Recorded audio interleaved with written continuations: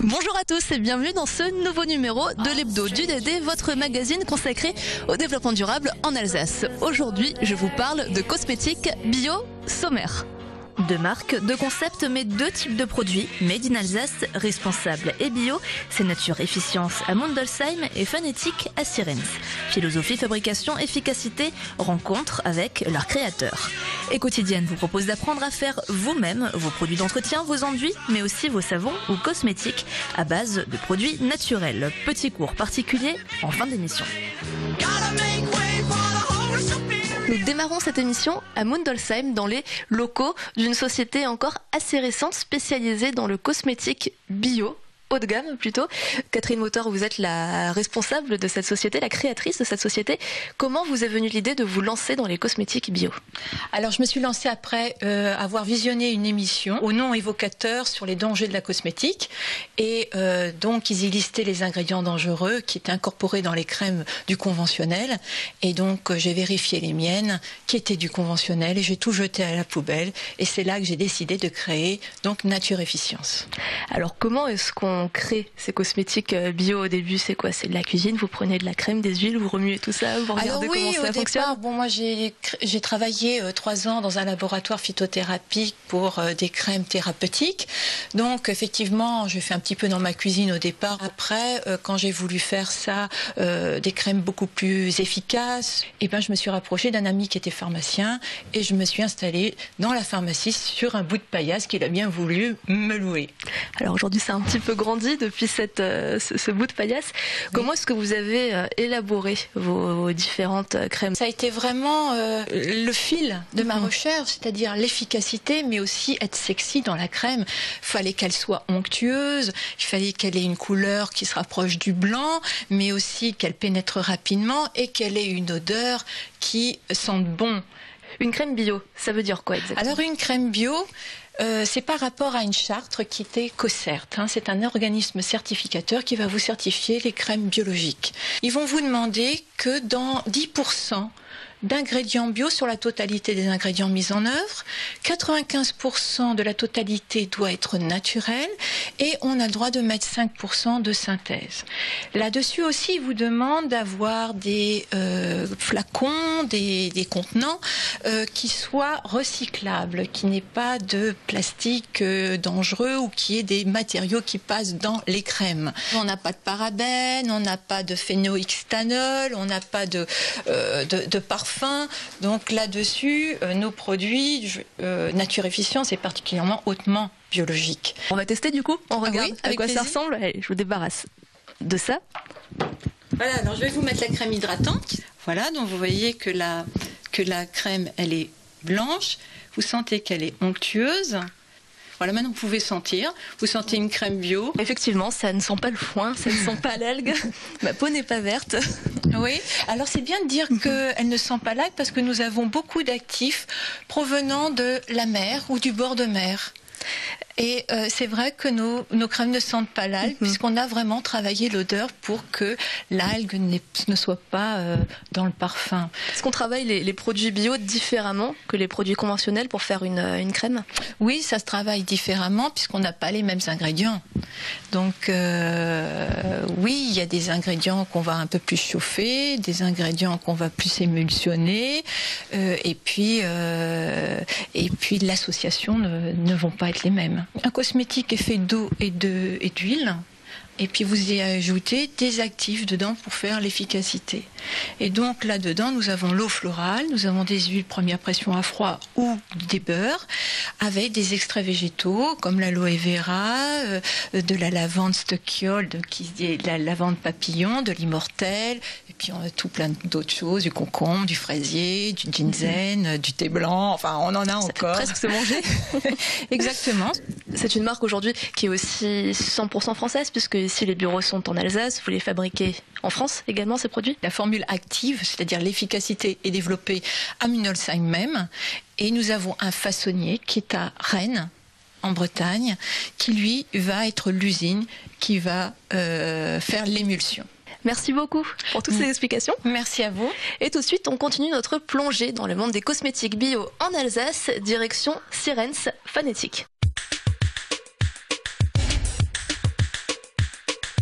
Nous poursuivons cette émission à Sirens avec une marque toute récente finalement qui s'appelle Phonetic. Donc vous êtes aussi dans les cosmétiques bio. Ça fait quelques mois que vous existez. Pourquoi avez-vous souhaité vous engager dans cette démarche de la beauté bio ? Alors nous nous sommes engagés dans une démarche un tout petit peu différente qu'est la cosmétique responsable, avec des produits effectivement naturels et biologiques, éco-certifiés. Et nous l'avons fait pour être un petit peu en rupture avec l'existant. Alors vous avez une gamme pour plusieurs âges. Comment vous avez choisi les produits, les références que vous allez développer ? Alors dans notre concept, on a souhaité nous mettre en évidence différents aspects, et notamment des aspects de développement durable. Donc on a voulu rationaliser finalement les produits dont on a besoin au quotidien et créer les indispensables de la salle de bain. À savoir une gamme pour les adolescents, une gamme pour les jeunes femmes et une gamme pour les peaux un peu plus matures. Et là, on a des eaux micellaires, des crèmes de jour, des huiles bien-être et des déodorants. Ces produits sont fabriqués en Alsace aussi, je crois, donc on est dans une démarche vraiment globale. Oui, maintenant nos produits sont fabriqués en Alsace, à Heurt plus précisément, pour l'un d'entre eux. Nous attachons beaucoup d'importance au développement du tissu local en priorité, national quand on n'a pas le choix, et quand on doit aller plus loin pour nos principes actifs, on va chercher du Max Havelaar. Pourquoi se lancer dans cette démarche bio et responsable ? C'est quelque chose, quand vous avez créé cette entreprise, c'était la base, le début ? Ah oui, on a d'abord rédigé pendant de très longs mois ce que nous attendions de notre entreprise et dès le départ, il y avait ces aspects de responsabilité sociale d'entreprise, de transparence financière notamment et de responsabilité sociale et sociétale. Et on a voulu nous être en rupture en termes d'identité visuelle avec ce qui existe aujourd'hui dans les rayons des supermarchés pour mettre en évidence des personnages auxquels on peut s'identifier et non pas des personnages auxquels on ne ressemblera jamais. Et puis, effectivement, mettre en évidence le fait que le bio n'a pas besoin d'être cher pour être accessible à tous les budgets et le choix de la grande distribution va dans ce sens-là.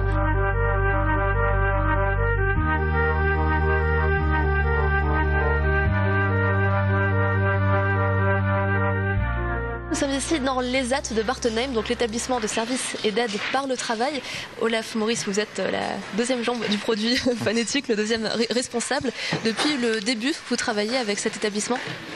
Lorsque nous avons rédigé le concept du projet, il y a un élément pour nous qui était tout à fait clair, c'était où aurait lieu la préparation des commandes, où aurait lieu la gestion des commandes de Phonetic. Et on savait dès le départ que ce serait à l'ESAT de Bartenheim. C'est l'intégralité de la gestion des stocks et des commandes qui est effectuée ici. Et la mise en place, je dirais, de tous les processus bien, a été étroitement préparée avec l'équipe encadrante de l'ESAT.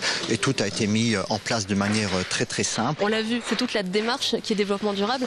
C'était aussi quelque chose qui était tout de suite dans votre projet d'entreprise quand vous vous êtes lancé, pas juste faire un produit bio. Lorsque nous avons élaboré les produits, et finalement, nous avons essayé d'y intégrer à chaque fois un certain nombre de paramètres, dont, je dirais, la notion d'économie locale, développement du tissu économique local. Alors, local, c'est soit tout proche de chez nous, soit national.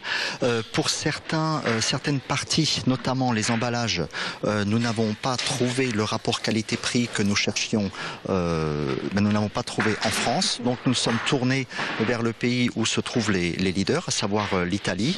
Et là, nous avons fait notre choix aussi en fonction de l'engagement développement durable du fabricant. Et il faut savoir que l'entreprise qui fabrique nos emballages eh bien, est une entreprise verte puisqu'elle produit sur son site de production plus d'énergie qu'elle n'en consomme. Merci beaucoup pour vos explications. Tout de suite, la suite de l'émission.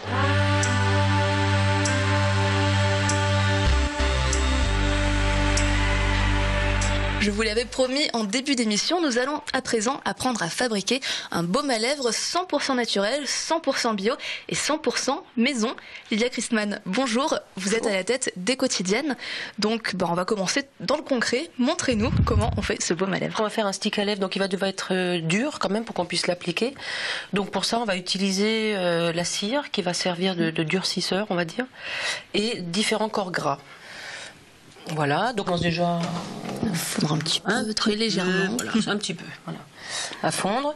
On rajoute à ça donc le beurre de karité, donc voilà, qui est une substance très hydratante. On va utiliser également de l'huile de ricin, c'est très gluant. Ah oui, ouais. Voilà, c'est très gras, très gluant. Donc ça va nous amener le côté brillant. Ça met un peu de temps.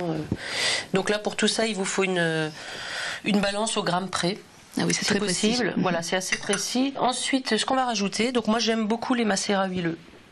En fait, c'est des plantes qui ont été baignées dans l'huile pendant 21 jours en été. Et donc, les principes actifs de la lavande sont entrés dans l'huile. D'accord. Donc, on a déjà... Donc, les huiles végétales elles-mêmes ont déjà des vertus. Et là, en plus, on rajoute donc un effet cicatrisant, protecteur de la lavande. Donc, 4 grammes de cire d'abeille, 2 grammes d'huile de ricin et 3 grammes d'huile de macérat huileux de lavande. Donc, je fais macérer dans l'huile d'olive. Et ce que je préconise, c'est quand même d'utiliser des produits, des huiles biologiques. Et Quotidienne, c'est le nom de votre entreprise. Oui. C'est quoi? C'est le quotidien écologique, c'est ça? C'est ça, c'est l'écologie au quotidien, ou les pratiques écologiques au quotidien, donc de façon simple et spontanée, sans se ruiner non plus. Ça, c'est quelque chose d'important et c'est une thématique forte des quotidiennes, c'est que on peut faire de l'écologie aussi en faisant des économies. Par exemple, le baume à lèvres qu'on va faire là, je l'ai calculé vite fait, là, avant que vous veniez, il vaut 89 centimes. Bon, la notion aussi très importante, c'est écologique. Le respect de l'environnement, enfin pour moi c'est vraiment quelque chose d'important. Quand on parle de bio, c'est pas juste bio pour le côté mode, c'est quand même le bio, c'est presque militant d'acheter bio, parce que ça veut dire qu'on n'adhère pas à un mode de culture ou de fabrication qui pollue la terre et l'eau. Alors je coupe là parce que voilà, là c'est complètement limpide, il n'y a plus rien du tout. Après ce qu'on va utiliser, donc c'est des huiles essentielles. Donc pamplemousse, il va falloir 3 gouttes. Là, on est en goutte. Alors, en général, on le tire tout droit. Ouais. Et il y a une première goutte qui va sortir, et puis normalement, les autres vont suivre. Alors, 1, 2, 3. Parfait. Il y a une petite quatrième qui est partie. Hein. C'est pas grave, on n'est pas. Le bois de rose, il est un peu plus lourd, on va dire. 1, 2. Voilà, mandarine, 2 gouttes, là où... 1, 2. Voilà. 2. Ouais, je vais les remplir encore après. Ils commencent déjà un petit peu à durcir. Ça va très vite. Ah oui, c'est très rapide, dès que c'est hors du feu. Ouais. Donc on fait un peu comme ça. Ça tasse. Et donc ça, alors c'est une parmi plusieurs formations que vous proposez. On peut apprendre quoi encore? On peut apprendre à faire ses produits de toilette, déodorant, dentifrice. On peut apprendre à faire son savon, tout ce qui est construction de la maison, éco-construction. Donc apprendre à faire des enduits de terre crue, apprendre à faire ses peintures naturelles. On est quand même quelques-uns à avoir envie d'avoir un habitat sain. Et du coup, c'est pas tout de construire sain, il faut aussi vivre sainement à l'intérieur. Donc les produits d'entretien ménager notamment, c'est pas anodin ce qu'il y a dans les produits classiques. Il y a vraiment des grands questionnements par rapport à des molécules qui circulent dans l'air. L'idée finalement c'est de garder le même confort au quotidien puisqu'on mais de façon beaucoup plus naturelle et puis aussi indépendante, autonome. Oui, voilà, tout à fait. Il y a ce côté autonomie aussi qui enfin moi qui m'attire beaucoup, c'est surtout le jour où j'ai appris à faire du savon. Je me suis dit, ça c'est vraiment la base de tout. Et puis c'est vrai qu'à l'heure actuelle, par rapport à tout ce qu'on entend, ça prouve quand même un problème de traçabilité, de qualité des produits qu'on utilise. Samedi, là, justement, à Ichebourg, il y a un atelier sur la fabrication de produits ménagers. Donc on peut me contacter pour savoir, pour les inscriptions. Il y a un stage sur la savonnerie aussi, le 8 mars. Les informations, c'est dans le bas de l'écran. Je vous remercie pour ce petit cours. Bon, je vais tester quand même avant la fin. Voilà. Je prends là. Oui, ou même là, on peut déjà, on voit déjà que ça a durci, ça sort pas. Je me demande si on peut le sortir déjà. Et tout de suite, on retrouve l'élémentaire de la semaine.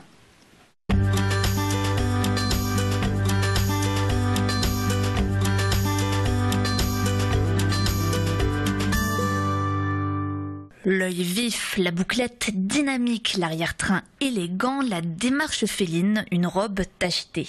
De qui parle-t-on? Mais de la Vosgienne, bien sûr, la star des bovidés, l'étoile de la vachette. Comme les sapins, les ballons ou le minster, elle est un des symboles des Vosges. Mais comme la poule et le hamster, elle est de ces animaux exotiques régionaux à la carrière mouvementée. Elle apparaît dès le XVIIe siècle et très vite, c'est le succès.